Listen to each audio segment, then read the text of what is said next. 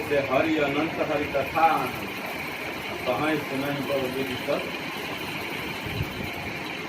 लेकिन हमारे गुरु महाराज ने जैसा बताया है, ओम का मतलब होता है, ओ माने वह स्वयं परमात्मा और म माने मैं। वो परमात्मा मेरे अंदर है, सभी व्यक्ति के अंदर है। वैज्ञानिकों ने भी रिसर्च किया, शोध किया, तो ये प्रकृति भी ओम का ही जाप करती है। सूर्य भी, जो सूर्य के अंदर से तरंगे निकलती हैं, वो भी ओम की ध्वनि पैदा करती है। यहाँ तक कि महापुरुषों ने अपने संकल्पों को वश में करके अपनी श्वास को जब देखा तो ये श्वास भी ओम ही जपती है। हम लोग जितनी बार श्वास ले रहे हैं 24 घंटे में या आज तक जितनी बार लिए, वो भी ओम का ही जाप करती है। तो आप कहेंगे महाराज जी सुनाई क्यों नहीं देता है? तो सुनाई इसलिए नहीं देता है कि अभी अगर हम यहाँ बैठे हैं लेकिन हमारे मन में हजारों कार्य याद आ रहे हैं। श्वास ले रहे हैं, जरूर छोड़ भी रहे हैं, लेकिन ले रहे हैं तो घर में क्या हो रहा होगा, कैसे होगा, ये सब चीजें जा रही हैं साथ। और जब छोड़ रहे हैं तो वही चीजें बाहर आएंगी जो अंदर जाएंगी। तो इसलिए हमें नाम की ध्वनि नहीं सुनाई पड़ रही। और जब इसी को बस में करके हमारे महाराज ने कहा कि श्वास आई तो ओम केवल सुनो और गई तो ओम, आई तो ओम। नाम जपने की 4 विधि है। पहला वैखरी, दूसरा मध्यमा, तीसरा पश्यंती और चौथा परा। तो वैखरी में पहले नाम जपना है। वैखरी माने जप हो जाए, तेज तेज जपना है। ओम ओम ओम ओम, यही महामंत्र है ओम। फिर धीरे इसको मध्यम स्वर में जपना है। फिर आप बैठेंगे, ध्यान करेंगे तो ओम ओम ओम अपने सुने, अपने जप। और उसके बाद फिर पश्यंती।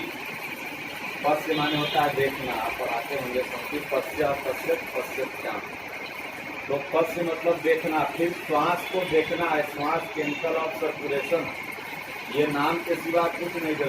उस समय जब आप देखेंगे श्वास को अपने, ये सिर्फ लगेगा कि इसमें से ओम की आवाज जा रही है और आ रही है। और जब परा की स्थिति आ गई तो जपे न जपावे, अपने से आ गई। फिर न जपना है और न जपाना है, अपने से वो प्रक्रिया प्रारंभ हो जाएगी।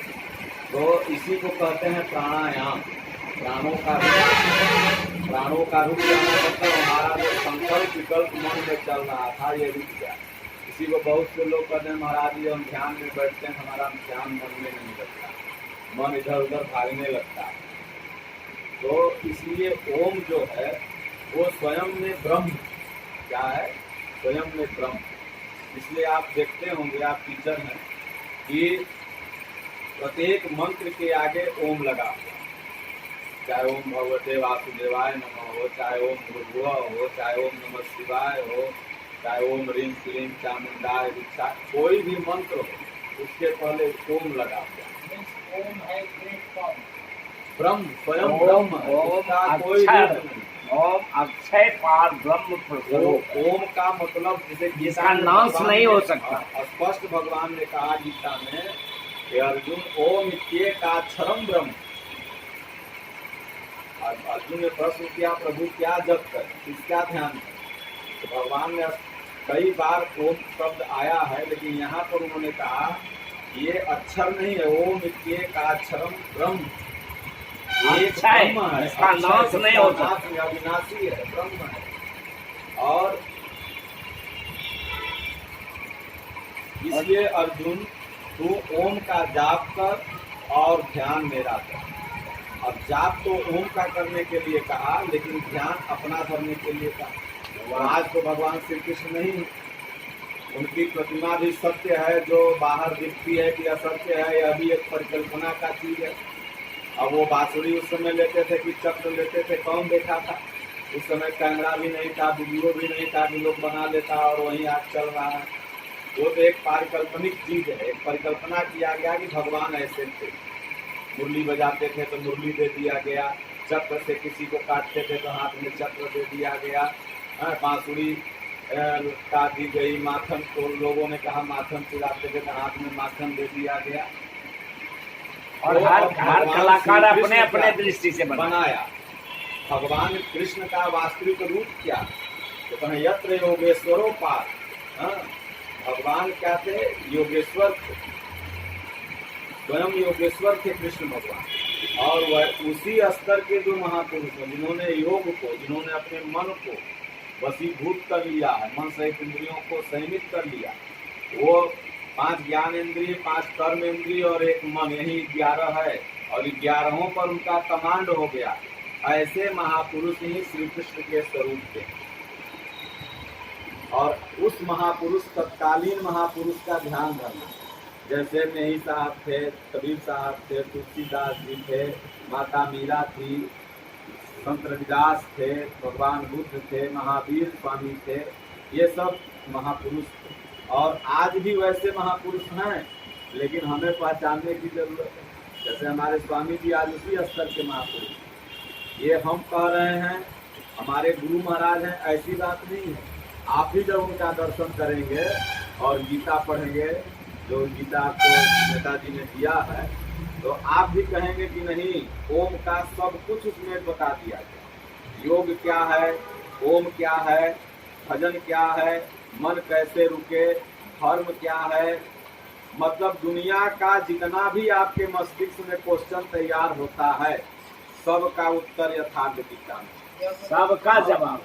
जैसे कोई भी सामान लाते तो ओम का शब्द का उच्चारण करना चाहिए काम करने हाँ। के सुबह में। अगर एक बार ओम का उच्चारण सुनिए, पहले ओम का उच्चारण नहीं करना चाहिए, केवल ओम का ही। ये ओम ओम ये भूर्भुवः मंत्र है, स्वः, उसका भी यही नहीं। मंत्र है। ओम ऐं ह्रीं क्लीं चामुंडाय पीछे, इसका भी नहीं, केवल ओम। हमारे दादा गुरु महाराज कहे कि ओम, राम, शिव, ये 3 मंत्र वो देते थे। किसी को भी कहते थे, कान नहीं पूछते थे, साधारण कहते थे कि रे इन तीनों में से कोई एक जपना जाओ, और इन तीनों का मतलब एक है, और तीनों पहुंचाएगा भी एक जगह। नहीं समझे? ओम राम, राम का भी मतलब है रमन्ते योगिनः अस्मिन् स राम, जो सबके घट में व्याप्त है वही राम है। शिव, शिव भी एक तत्व है, और ओम भी एक तत्व है। तो अगर आप ओम जप रहे हैं तो केवल ओम, अगर राम जप रहे हैं तो केवल राम, अगर शिव जप रहे हैं तो केवल शिव। इन तीनों में से एक का ही आपको जाप करना, और जाप करते हुए महापुरुष का ध्यान करना। कोई महापुरुष का, जब तक आपको महापुरुष नहीं मिल रहा है तब तक आप कृष्ण भगवान का ध्यान रख लीजिए, राम का रख लीजिए। जैसे हमारे आश्रम में एक संत थे, वो विराट रूप का ध्यान रखते थे, और दादा गुरु महाराज उनको बताए थे ओम जपने के लिए, तो ओम भी जपते थे, लेकिन ध्यान रखें तो कृष्ण भगवान का। एक दिन उनको जब आँख मूंद के बैठे थे, ध्यान में पूरा तल्लीन हो गए, तो दिखाई पड़ा कि कृष्ण जी की बांसुरी दादा गुरु में चली गई, अपने आप उड़ के मुकुट चला गया, और अंदर से आवाज आई कि जैसे मैं हूँ वैसे ये हैं, मुझमें और इनमें कोई अंतर नहीं, तुम इन्हीं का रूप देखो। तो उस दिन से महाराज जी उन्हीं का रूप देखने लगे, तो फिर बेड़ा पार हो गया। इसी तरह से रामकृष्ण परमहंस के साथ गुरु हुआ, स्वामी विवेकानंद के साथ है। पहले वो काली दुर्गा की जो मूर्ति बताए थे रामकृष्ण परमहंस जी, उसका ध्यान रखते, लेकिन जब वो ध्यानस्थ हुए तो वही पूरी मूर्ति में चली आई, लगा कि उस पर गुरु महाराज विराजमान है। नहीं समझे? यही आप देखिए, तो जब पाताल लोक में भगवान को हर के लेके चला गया, तो हनुमान जी जा करके मूर्तिये में घुस गए। नहीं समझे? और मूर्तिये लगी गदा मारती, तो राम जी को छोड़ा के ले जाए। तो कहने के तात्पर्य है कि महापुरुष जो होते हैं तत्कालीन, उनका जाप करना।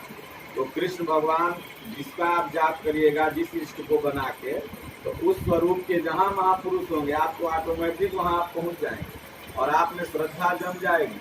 अब भगवान जब लीला करते हैं तो कोई कारण खड़ा करके आपको बता भी देंगे कि मैं ये हूँ। तो इसलिए अभी तत्काल आपको क्या करना है कि आप यथार्थ गीता 1 पन्ना 2 पन्ना पढ़िए, जो समय मिल जाए। उसके बाद स्नान करके और अपना ओम का जाप एकदम करिए। ओम ब्रह्म है, ओम से बड़ा कोई मंत्र नहीं है। ओम को कोई परिभाषित नहीं कर सकता। यह कहे कि अतर्क मन बुद्धि वाणी, ये अतर्क है, इसलिए तर्क रहित है, इसको कोई तर्क हो ही नहीं सकता, क्योंकि ब्रह्म है। ब्रह्म को वही परिभाषित कर सकता है जो देख ले। कहे कबीर गूंगे की शक्कर, अब खाए सो पै जाने। गूंगा को अगर चीनी दे दीजिए तो वो कितना भी अगर वो खाएगा और आप पूछे मीठा है कि तीता है तो दोनों में ऊँ करेगा। तो उसी तरह ये जो ओम की महिमा को जान गया वो ब्रह्म की महिमा को जान गया, और ब्रह्म की महिमा को शेयर नहीं किया जा सकता। वो शेयर होने की वस्तु नहीं है। जब आप भी जपेंगे और आप भी पा जाएंगे। अब एक व्यक्ति एक महात्मा के पास पहुंचा, कहने लगा महाराज आप उनको भगवान को दिखाइए। तो महाराज कह रहे भगवान दोनों मरचा टमाटर हैं कि हम तुमको दिखा दें जो लो ये हैं। जाओ तुम ओम ओम जपना, ध्यान धरना, इंद्रियों को संयमित रखना, मन वाणी से मन कम वचन से पाप मत करना, तुमको भी भगवान मिलेंगे। चला गया। दूसरे दिन फिर आया, बोले आप लोग बुद्धों के पाखंड करते हैं, ऐसे ही बैठे रहते हैं, आपको भगवान मिलवे नहीं किए हैं, आप हमको दिखाइए।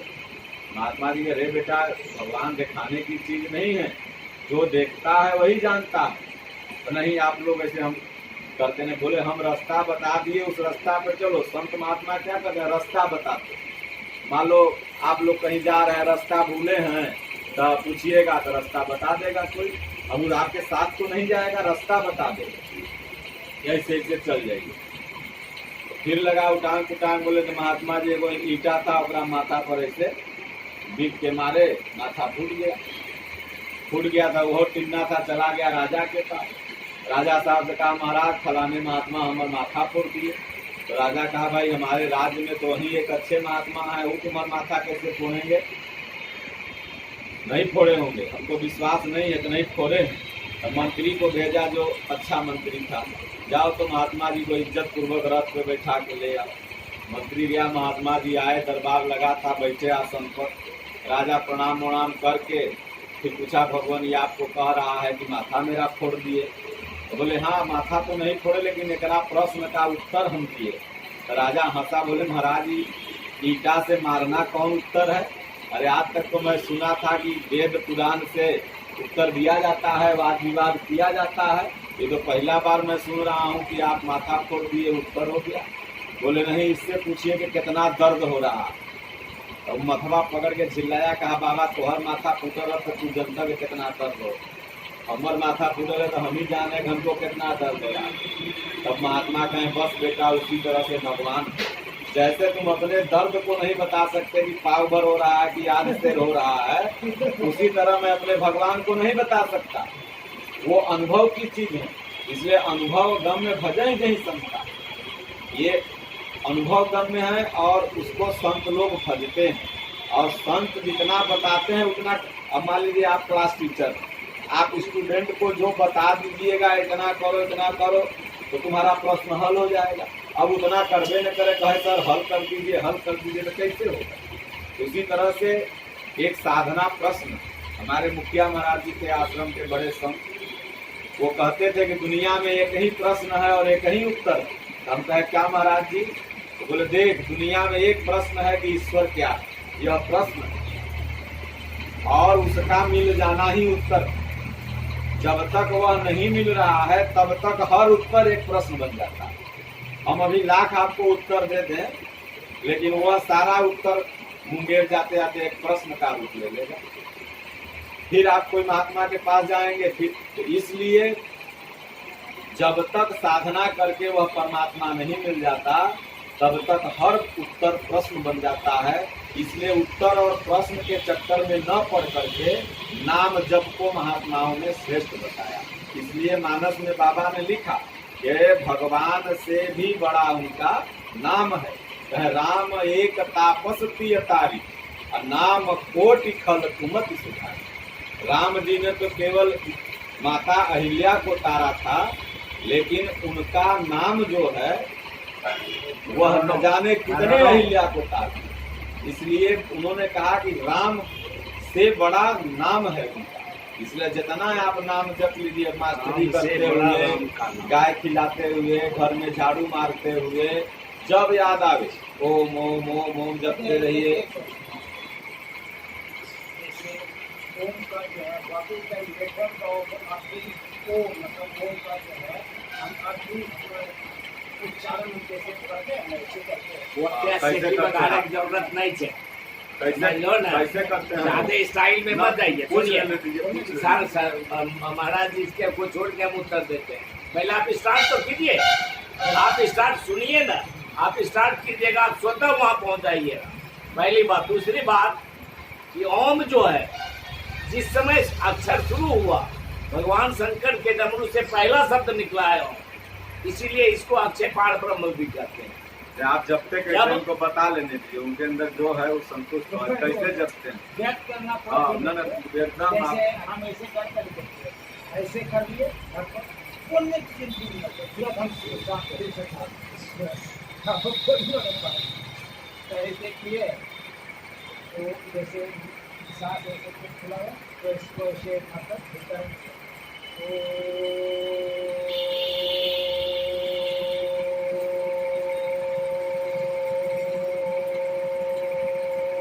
ऐसे करते तो ऐसे जैसे मैंने मेरा एक अभी हुआ तो क्या बार करना चाहिए, एक ही बार करना चाहिए कि दम खुलने के बाद फिर वो करके फिर वो सब करे की जरूरत नहीं है। खाली ओम ओम जपना है। जैसे वहाँ जैसे वो अपना आसन मार के अनाथ और नाद और कहाँ ये कहाँ ऐसा तक चीज है कि एक बार जैसे कि मान लीजिए आप जो जप रहे हैं कि श्वास पूरा रोक दीजिए। ये श्वास रोकने का जरूरत नहीं है। नॉर्मल आप नॉर्मल वेव में आप मतलब बैठ जैसे जाइए। कि हम कोई भी आप मतलब ये अपने आप को नहीं समझिए कि हम गलत कर रहे हैं सही कर रहे हैं, ऐसा कुछ नहीं। आप एकदम नॉर्मल जैसे कि जिस नॉर्मल मूड में आपको बैठना है और आपके दिल में भगवान का ध्यान हो। भगवान को आपने देखा नहीं इसलिए कृष्ण भगवान का चाहे जिसका फिर श्रद्धा सदगुरु में जुड़ जाएगी तो फिर सदगुरु का तो अपना ओम ओम ओम अरे गो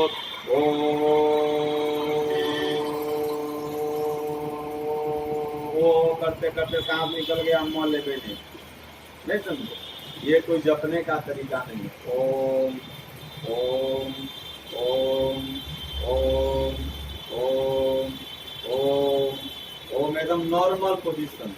श्वास को रोकने की जरूरत नहीं। श्वास रोकने से कहीं भगवान नहीं मिलते। इसके बाद ये बैखरी स्तर का हुआ। इसको बैखरी प्रथम सीढ़ी यही है, साधना यहीं से प्रारंभ हो। उसके बाद मध्यमा तक पहुंचते पहुंचते कोई सदगुरु आपको ये ओम दे देगा। इतना पावर है इसमें। आपकी श्रद्धा किसी न किसी सदगुरु में जम जाएगी। तो मध्यमा में आप ही जपें और आप ही सुनें और वो भी नॉर्मल देखें। आप एकदम बिल्कुल अपने शरीर को नॉर्मल, दिमाग को नॉर्मल, सब कुछ नॉर्मल करके बैठिए। और चलते फिर कभी भी पैखाना करते हुए भी खाना सोना जपिए। हनुमान जी पैखाना भी जब करने लगिएगा ना स्वप्न में भी वही बात आएगा। आप हनुमान जी को जब शक्ति ये धनुष बाण मार दिए सीख से भरत जी, तो जब हनुमान जी गिरे और मूर्छित हो गए तो उस समय भी राम राम जप रहे। तो उसी से समझे कि ये कोई राम भक्त को मैंने मार दिया। अच्छा बाबा एक बात है, जैसे ध्यान करते हैं जो नहीं कर पाते, तो जैसे आप बता रहे किसी का मैं ध्यान कर रहा हूँ तो उस समय जो है एक गंदा दृश्य आता है क्या? वो दृश्य को आने दीजिए, उस समय नहीं आएगा, हमेशा आते रहेगा। जैसे कि देखिए मन जीवन भर हरिहरी चर ले, और इसको आप बांधिएगा तो छोड़ाएगा तो जरूर। जो भी मन आपको जहाँ जाए वहाँ जाने दीजिए। जब आप जाप करने लगे तो उसको घसीट करके भगवान के चरण में लगाइए। जब जाप करने लगी कुछ बुरा दृश्य आए तो उसको काटिए और उसमें अपने मनोगत भाव से, इसी को तो कहते हैं तर्क ही तारका है। जब आप साधना करेगा तो नाना तरह का तर्क दिमाग में आ जाएगा। विश्वामित्र जब जप करते थे तो तारका जाके पहले विध्वंस कर देती थी। तो वह जब विश्वास के साथ आप यज्ञ करने लगी, यही यज्ञ है, नाम जप ही यज्ञ है, तो तर्क मन में आ जाएगा, स्वभाव रूपी स्वभाव आ जाएगा, मन का मैल ही मारीच है वो आ जाएगा। वो आएगा लेकिन मरेगा कब? जब अनुभव रूपी राम उसको धनुष से मारेंगे। नहीं समझे? तो अपने अंदर राम को बैठेले रहिए, राक्षस अपने आप मर जाएगा। राम मतलब परमात्मा। राम कहिए, ओम कहिए, शिव कहिए, सब एक है। इसे प्रायवाची शब्द है। ऐसा नहीं कि राम जी अलग कोई थे, शिव जी कोई अलग थे, और शंकर जी कोई अलग थे, या दुर्गा जी कोई अलग हैं। सब एक है। उस पावर पर पहुंचा हुआ महापुरुष प्रत्येक एक है, नहीं समझे? जो भी परमात्मा का स्पर्श किया परमात्मा हो गया। मानस आप पढ़ते हैं कि नहीं? मानस पढ़ा करिए, रामचरितमानस में गोस्वामी जी ने लिखा है कि जानत तुम्हें हो जाए और सोई जानो जे देहु जना। जब ईश्वर को आप जान गए तो ईश्वर ही आप हो गए। ऐसा नहीं कि देखिए हर व्यक्ति ईश्वर का अंश है। ईश्वर अंश जीव अविनाशी। एक व्यक्ति ने कहा महाराज जब हम लोग ईश्वर के अंश हैं तो हम लोग अपवित्र कैसे हो गए?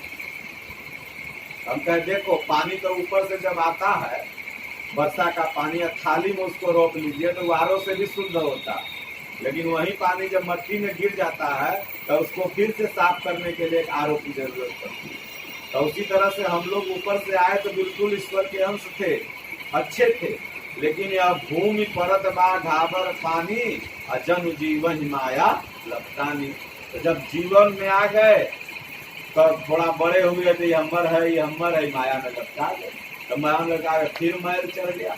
अब माया में लपटा गए तो सदगुरु फिर हमको जब मिल जाएंगे तो उस माया से निकाल के अपने तरफ ले लेंगे, साधना बता देंगे। धीरे धीरे एक दिन नहीं घर छुटता। हमारे दादा गुरु महाराज 7 जन्म से भक्ति किए तब जाकर के 7वां जन्म में प्रभु मिले। इसलिए चलते फिरते उठते बैठते नाम जपो ओम का, और बाकी सब भगवान अपने आप समझा देंगे। भाई ओम शब्द का परिभाषा में तो वही